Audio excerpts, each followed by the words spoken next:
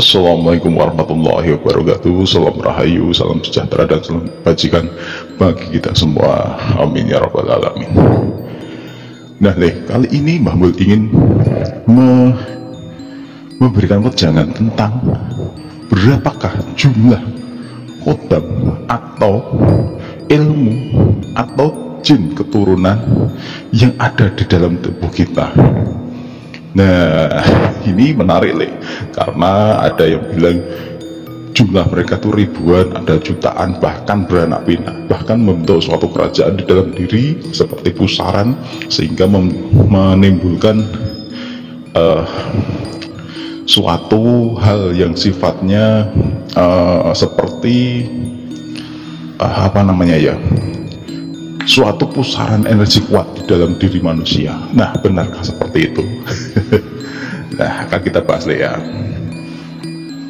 Nah, sebenarnya Mbah sendiri tidak mengetahui jumlah pasti dari yang namanya jin khodam, atau mungkin dari keturunan baik dari leluhur atau dan sebagainya, karena Mbah sendiri hanya manusia biasa yang tidak mengetahui, tetapi diberikan pengetahuan untuk melihat, untuk mengenal hal seperti itu. Nah, menurut Mbah sendiri, kacamata Mbah, sebenarnya kalau jumlah pastinya kita tidak tahu karena golongan dari jin khodam dan leluhur sendiri itu banyak sekali.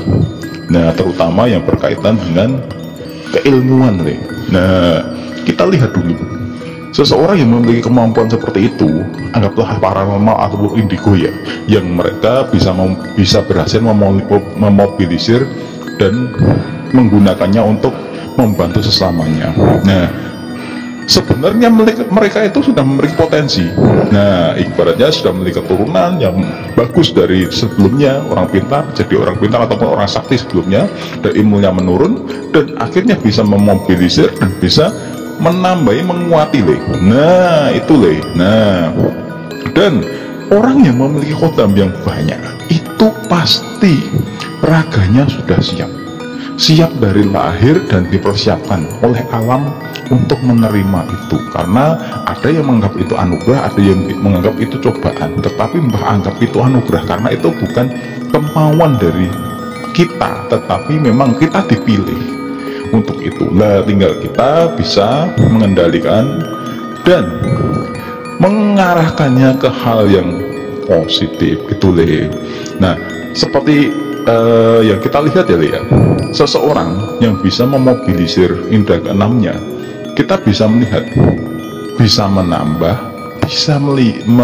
menghitung apa saja yang ada di dalam tubuh manusia. Nah, berkaitan dengan jumlah khodam itu kita lihat dulu. Pertama itu khodam leluhur dari ilmu sebelumnya. Ilmu sebelumnya itu pasti kita lahir cepat ke dunia itu pasti ada yang mengikuti. Nah, berapa, apa, dan bagaimana itu tergantung wallahu alam, dan bagaimana itu tergantung. Nah, terus setelah itu lahir ke dunia, doa-doa dari orang tua yang dulu dengan pengharapannya, dengan riyadhnya, dengan lakunya diusahakan kepada manusia itu memberikan suatu tuah besar, terutama orang tua yang dekat dengan Gusti Allah ya, banyak ibadahnya, itu akan menambah lagi kekuatan ilahi ya, terutama di dalam seperti ini adalah khodam yang sifatnya adalah tentara langit, atau mungkin dikatakan sebagai khodam malaikat. Nah, itu baru dua, belum lagi dari amalan dia karena laku prihatin.